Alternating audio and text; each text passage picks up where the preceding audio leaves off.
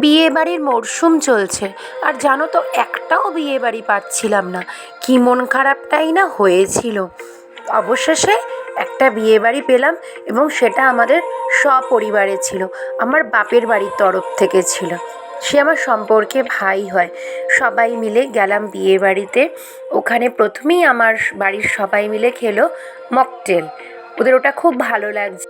আর বিয়েবাড়ির প্রধান আকর্ষণ হচ্ছে ফুচকা। ফুচকা তো খেতেই হবে। এরপরে চলে এলাম রাতের ডিনারের জন্য। সেখানেও আয়োজন খুব ভালো ছিল। ননভেজ আইটেম এবং ভেজ আইটেম দুটোই খুব ভালো ছিল। আমি যেহেতু ভেজ খাই, তাই আমি খেলাম পনির পাসিন্দা, মালাই পরোটা, চানা মশলা, ভাত, এঁচোড়ের তরকারি আর পনির মশালা। অবশেষে এসে গেল আইসক্রিমের পালা। খুব আনন্দ করে এইবার বাড়ি ফেরার পালা। সবাই কিন্তু খুব ভালো থেকো। টাটা।